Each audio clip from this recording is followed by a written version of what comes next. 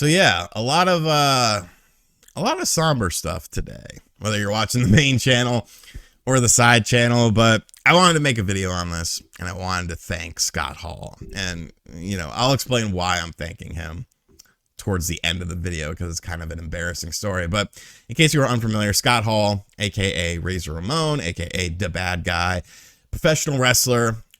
He had hip surgery. He got blood clots from the surgery, and he had several heart attacks and strokes. He's on life support. Today is Monday, the 14th. His family has said that they're going to pull him off of life support today.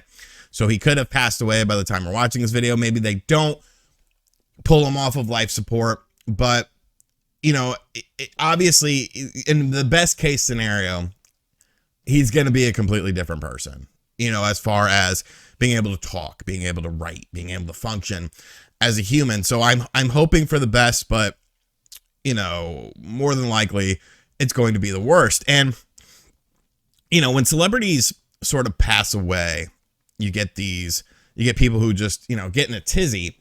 And I never really understood it.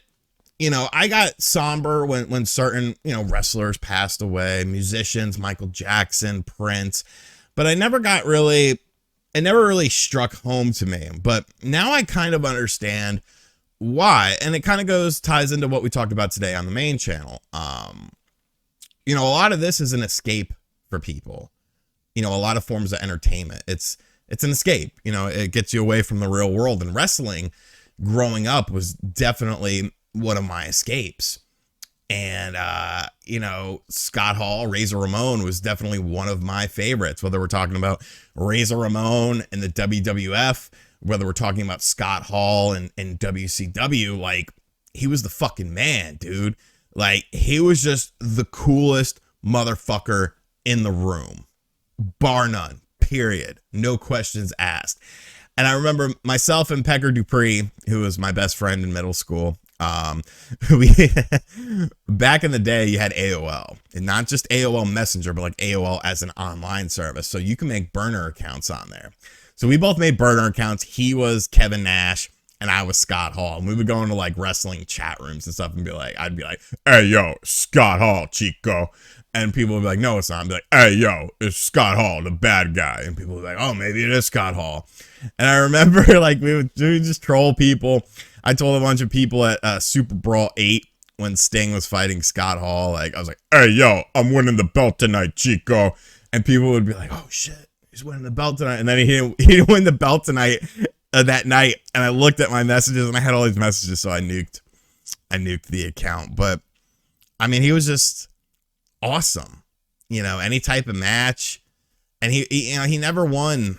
He never won the big one. He never won the world championship really in any promotion of size and stature. But like, he didn't need it. Like, he transcended the belt. The man could lose like 100 matches in a row. Didn't fucking matter. People would still come out to watch him. People would still pay to watch him. People would still be fans of his. And like, that's something in any form of entertainment, but especially pro wrestling, that you can't teach that. That's something that's given to you by the fans. That's not something you can't even, I don't even think you can earn that. I think it has to be given to you by the fans because they see that, you're a real motherfucker. And he was a real motherfucker. Like, I know I'm talking in past tense, but, he had a lot of highs in the industry. He had a lot of lows in the industry. If you look at his backstory and his personal story, like, you can understand why he had these demons, why he drank, why he, did drugs and stuff like that. Like, he literally killed someone and they died right in front of him when he was young. Like, that shit'll fuck with your brain, man. Like, those are some demons that, unless you're in that situation or in a situation similar to that, I don't think you can understand it. But the reason I have to thank Scott Hall is because without him, I don't know where I would be as a person. Because when I was a kid, like most kids are to some degree, I was self-conscious. I was self-conscious about something that in retrospect is very stupid. But like when I was like 12, I started like sprouting chest hair. And like I had like the happy trail, you get the happy trail. I had the happy highway is what people would call it. And like kids would try to clown on me and stuff. And, you know, you try to put on your serious face. You're like, you know, fuck you. You know, what are you going to do? You're not going to do nothing. But when you're, you know, sitting in your room at home, you know, it hurts. It hurts a little bit. And then, you know, the whole NWO thing started popping off. And I was watching Scott Hall and I'm like, wait a minute. This dude is hairy as fuck. Like, look at him. He's got chest hair all over the damn place.